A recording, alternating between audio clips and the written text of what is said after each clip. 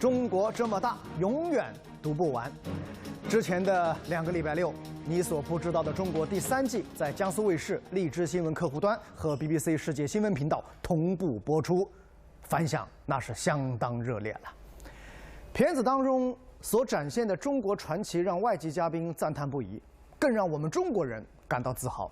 那么，继北京和中部篇、东北篇震撼登场之后，今天我们就要开启中国东部地区的探索之旅。大家都知道，中国东部经济科技发达，文化艺术繁荣，但是不一定知道，在那片繁华的都市群里，还隐藏着一些什么样的小秘密。大国风范，中国国源，邀请您收看《你所不知道的中国》，我们马上出发。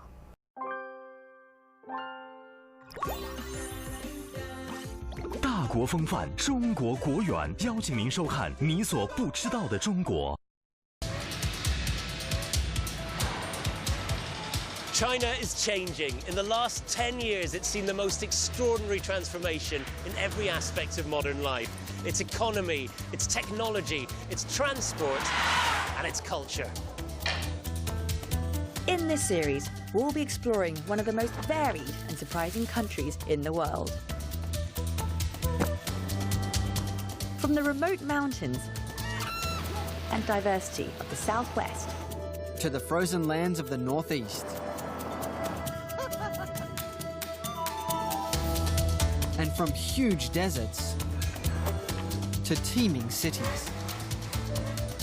We'll see how people all over China are facing the challenges of the future, whilst preserving the traditions of their past. Welcome to Tales from Modern China.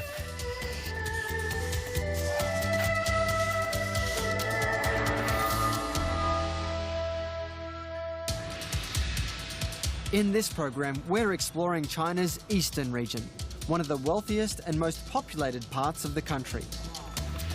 Finn gets behind the scenes at the biggest shopping spree in the world. Jing discovers China's fresh food movement. Is that it? And Jason investigates the return of Shanghai's most glamorous style. China's East region has some of the nation's most international and sophisticated cities like Shanghai, Hangzhou and Nanjing.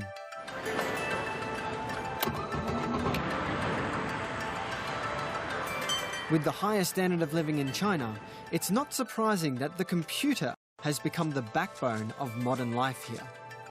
China only started making their own processors in 2001. Today, they are at the forefront of this technology. Take this Chinese mini drone, for instance. It's got inbuilt motion sensors, a GPS system, and can constantly communicate with satellite systems way up there in space. It can calculate thousands of variables each second. It can even fly itself without any input from me. And it can follow me. But it's not just a question of clever gadgets. Here in Jiangsu province, they've also built some serious hardware. The world's fastest supercomputer. Twice as fast as the second on the list. 2 decades ago, China's best computer wasn't even in the top 50. Now we've been given unique access inside the heart of the supercomputer, known as Sunway Taihu Lite, with Assistant Director Dr. Gan Lin. 它的外表跟我想象的很不一样的，它那种设计感其实有一点感觉。对，是很美观，是吧？可以看一下这个里面吗？可以啊，你可以把。可以吧？哇哦，哇，这个是什么东西啊？你看到的这一个板儿，其实就是一个计算插件板。这每一个插件板里面都有就是很多个 CPU， 就是你电脑里的 CPU， 对吧？我们是整个这个系统是有1000万个核，一般你的电脑里面可能有8个核。16个核，16个核属于很贵的电脑了。如果要把这个卖了，应该可以赚多少钱？我想卖，但是没卖过，他们不让我卖，这样。是吧？ Previously, most supercomputers had American chips, but this one is Chinese through and through. The supercomputer can do an amazing 125 million billion calculations per second. Professor Fu Haohuan explains what that means. 那么这台超级计算机，它在1分钟里面可以完成的这个计算量，相当于全球72亿人用计算器不间断的计算32年，这样的一个计算量。就等于1分钟。对。所以这个超级计算是用来做什么呢？它可以用来的这个研究的领域非常的多啊，像我们的这个全球气候的变化啊，像我们材料的科学，像我们这个宇宙的起源这些问题。现在如果要跟这个电脑一起下棋的话，现在可能还没有，因为我们还没有教他下棋的这个技能。我相信给他一段时间的训练，你应该就下不过他了。It can process incredibly intricate variables, predicting highly complex situations, such as the behavior of new drugs, earthquakes, and making extremely detailed global weather forecasts.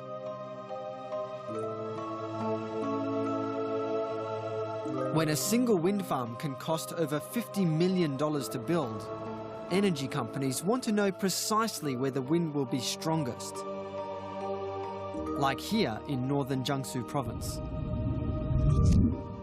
所以，那这么复杂的地理信息、风的信息，其实单靠人的经验是无法解决的，所以必须在以像超级计算这样的形式，它能够把整个全球的气象融汇在一台超级计算机里，它可以快速的这个分析求解。The supercomputer also helps determine the optimum layout of each wind farm, calculating and compensating for the air turbulence that each turbine will create. And even once it's all built, the supercomputer keeps working, crunching data from each turbine to spot potential maintenance problems. 在超算上借助它的运算能力，那我们可以快速的找到这些数据里面的价值，然后让我们的这些风机把更多的这个能量发出来，让风电变得更绿，成本变得更低，那天空也会变得更蓝。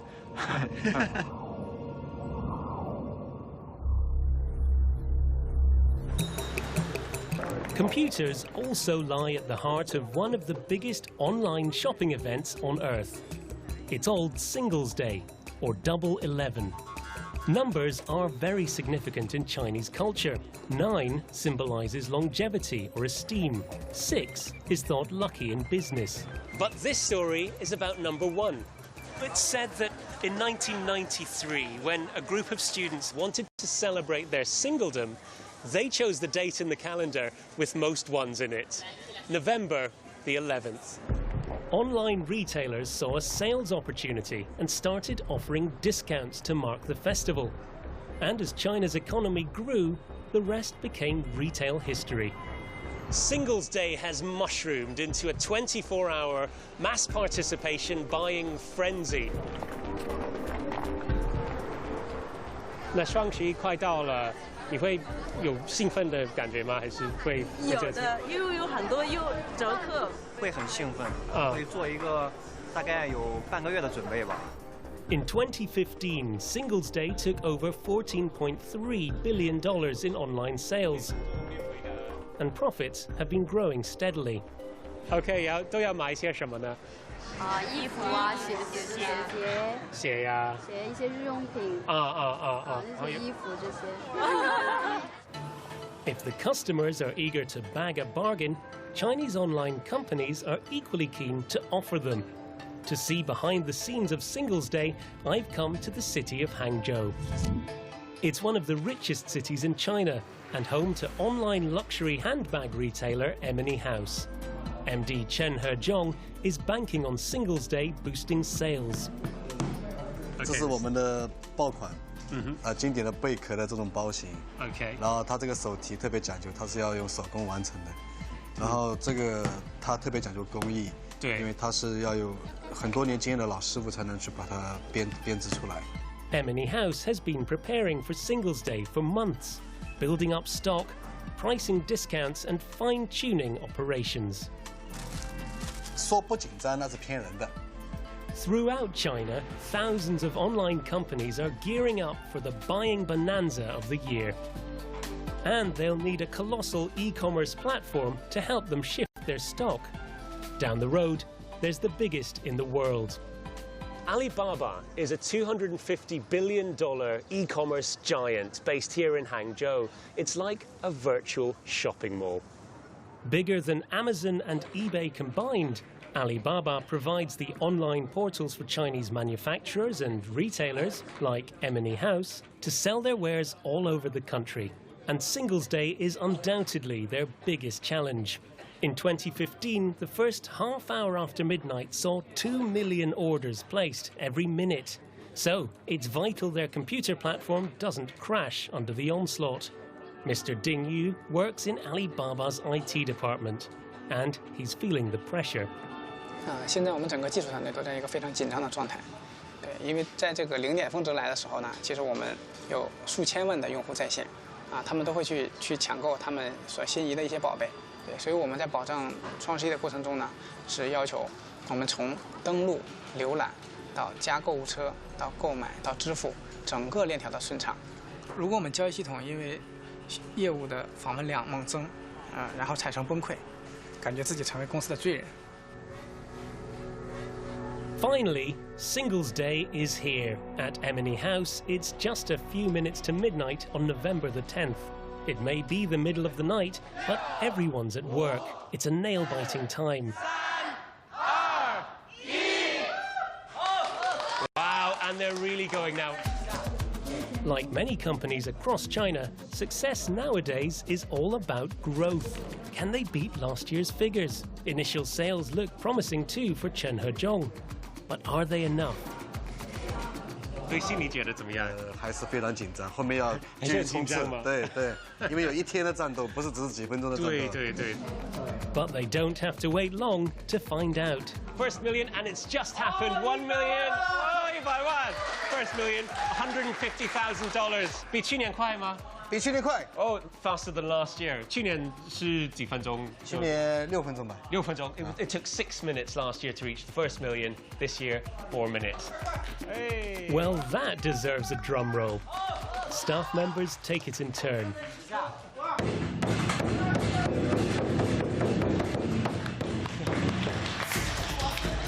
Back at Alibaba HQ, their 100,000 other suppliers' initial sales are faster than last year too. Programmer Ding Yu is relieved his IT systems are holding up. 交易额还在飙升，我们的系统非常稳定，取得了很大的突破。今年技术的表现非常成功，我感觉很兴奋。As the shopping mania comes to a close, companies take stock of their performance, and the news seems good. Sales in 2016 averaged a third higher than the year before. Alibaba has turned over an enormous 120 billion yuan, or $17.8 billion, making it the biggest day of online shopping in the world, ever. And at Emily House, they've been rushed off their feet with orders. 团队的员工大家都非常努力，全力以赴，所以我们最终可能会大家一起来 happy 一下 ，happy 一下，跟大家一起喝点东西啊，吃个饭啊，或者唱个歌啊什么的，大家一起来庆祝一下。对，我觉得主要是跟团队一起喝个香槟啊什么的。Coming up next on Tales from Modern China, Jason discovers why Shanghai's most glamorous style is back in fashion. And Jing finds out where Chinese food really comes from.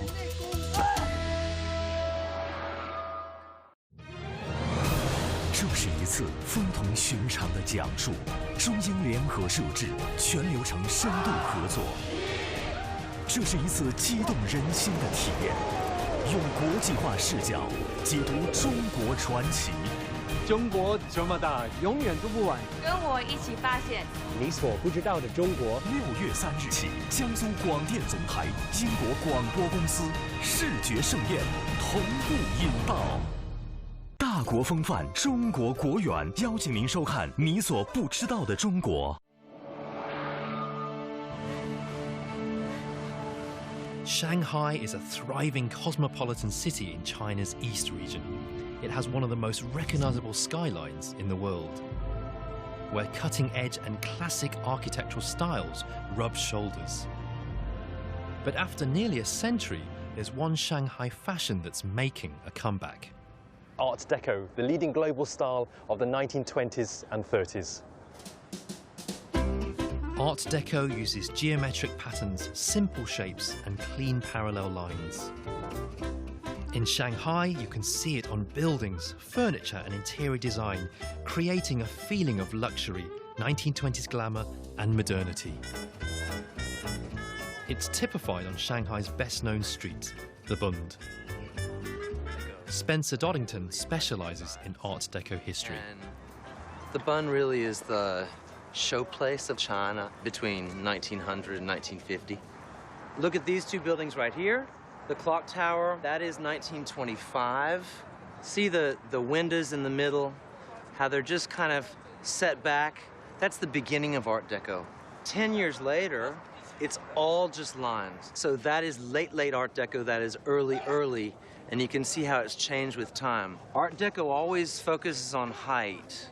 So see how the buildings draw you up to look at the power or the might of the building and the organizations they're in.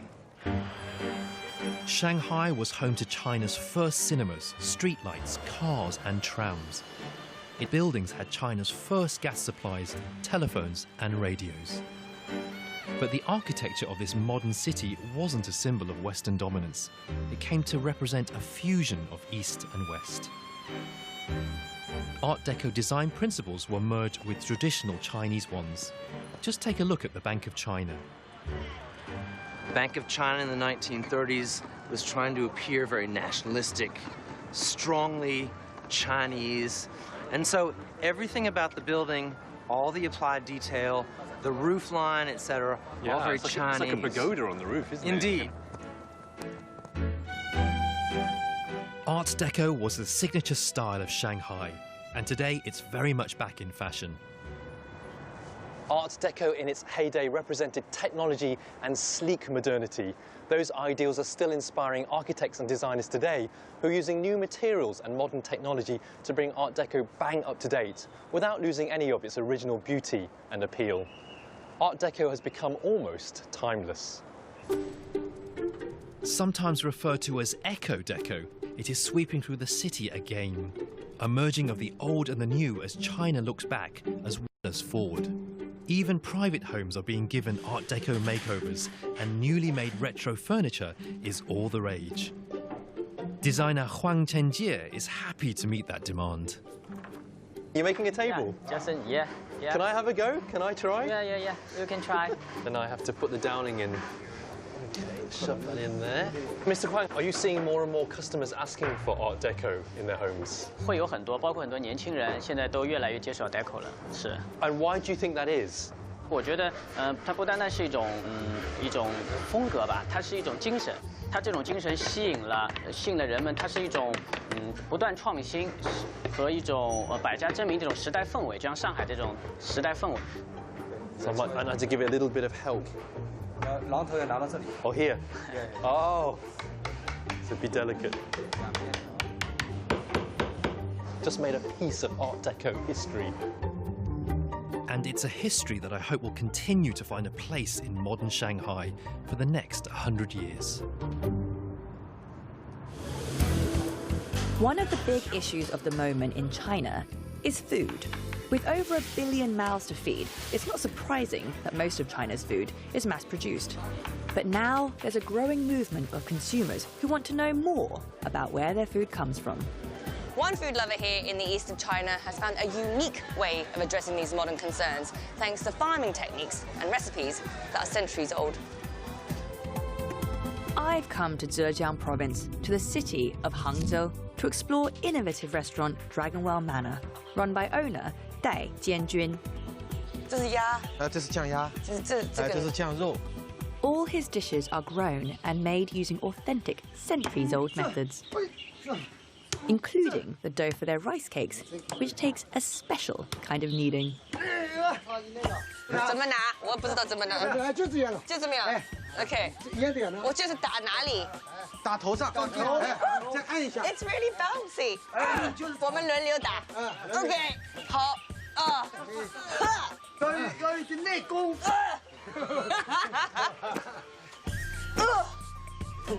For Mr. Dai, the restaurant is not just about ancient cooking techniques. His passion extends to preserving farming traditions as well. 美食之美美在食材。如果没有一种好的原材料，没有一种好的这样的传统的工艺，那么美食之美将成为一种空中的楼阁，海市蜃楼。只有把你的感情倾尽在这个食物当中，只有你跟种植者、生产者产生这种亲密的距离的时候，美食才有可能。 As well as his restaurant, Mr. Dai has created an academy to promote and support traditional culture. Teaching people about authentic values is at the heart of Mr. Dai's beliefs about food and about life. 在我们工程书院的门口，就是有一句叫“耕读并举，家国岁昌”。 Traditional farming is all about natural, organic, small-scale sustainability. 我们做这个就餐厅不是生意，而是做的是一种味道，是做的是一种人情，全是跟小农户合作。跟哪些农户呢？是不用化肥、不用农药的。所以我们到现在为止创办16年来我们合作过的农户有16000多户。 One of his regular suppliers is Mr. Fan Yuchun and his family, who grow lotuses in shallow ponds on the edge of the city. The tasty bit we're after is the root, which is 2 feet underwater, buried in the mud. 那你做这个做了多长时间呢？几十年了，我从小就搞的，我爸爸了，爷爷都是搞这个东西。我起来没啦 I'm gonna. Oh, what's this? Is that it? Is this? It's really heavy. 那这很重，很重的，你这样搞，那你弄个手，这样搞过去。OK， 它 straight with the mud. OK， 你觉得好吃吗？这个好吃的，好吃，很好吃的，营养好吗？炒很浓，营养很好的。 Mr. Fan's family harvest a ton of lotus root each day during the winter season. I got my lotus. Although I don't think I've been that much help. Can't move. I'm stuck. I'm actually stuck. It's fine.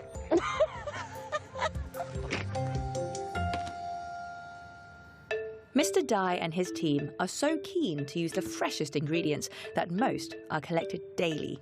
And it's all recorded here for the customers to see. There's no menu for the customers here to choose from. The kitchens simply prepare whatever they have collected that day. 你看12月3号，然后在哪个地方？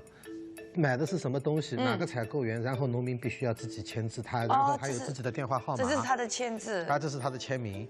这些照片是今天拍的。就今天拍的，就是你刚才今天在看的过程当中，他们都会农户有这么一个签名的过程。Live action record。是吧 OK。然后这个东西你刚才不是？所以这是我们今天的这个。对，范师傅。对，老范。 就农户都要自己签字，对，以前最早的时候，我们农户不会签字的，有些老农户还按手印。真的？他表示诚信。现在像这样的农民，就是像这样的老太太，因为我们要卖这个菜，他们还学会了自己写名字。 Working with local farmers, this innovative restaurant is just one example of how, in eastern China, despite all the high-tech changes, there are still lessons that can be learned from the past. Next time, the Northwest, where Finn discovers how to tame the desert and I befriend one of the rarest animals on the planet.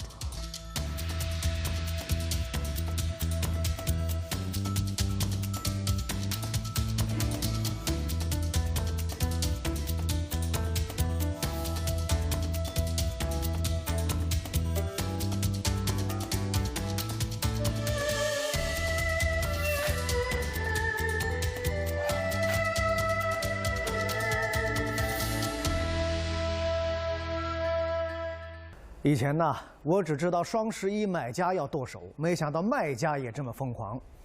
我只知道上海外滩有着万国建筑博物馆之称，不知道这背后居然另有玄机，而且包含着众多的中国元素。